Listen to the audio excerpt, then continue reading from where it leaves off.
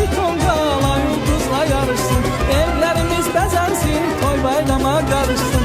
Hər həyətdə bir tonqala ulduzla yarışsın.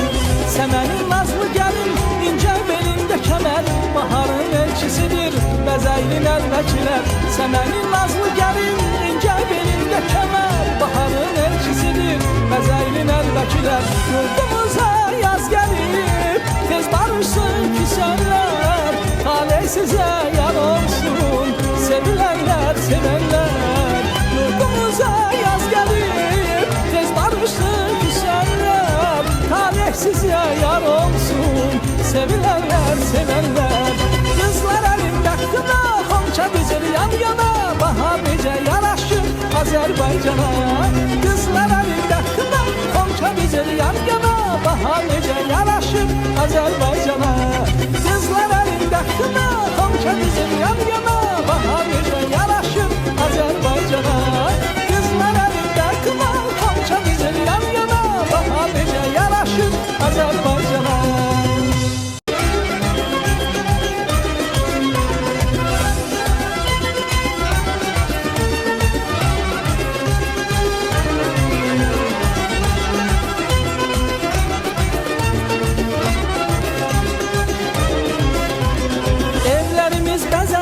Toy bayrama qarışsın, hər həyətdə bir tonqala ulduzla yarışsın. Evlərimiz bəzənsin, toy bayrama qarışsın, hər həyətdə bir tonqala ulduzla yarışsın.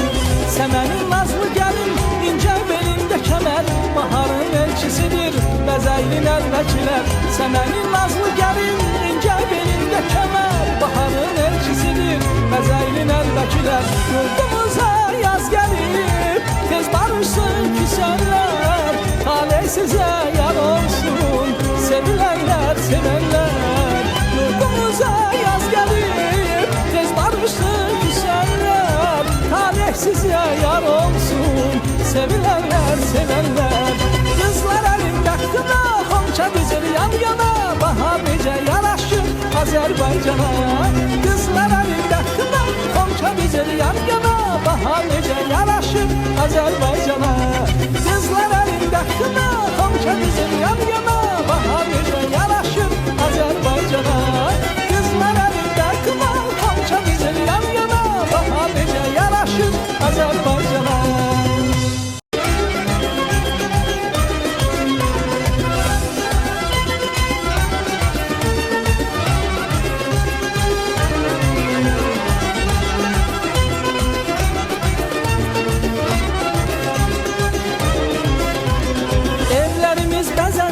Toy bayrama qarışsın, hər həyətdə bir tonqala ulduzla yarışsın. Evlərimiz bəzənsin, toy bayrama qarışsın, hər həyətdə bir tonqala ulduzla yarışsın.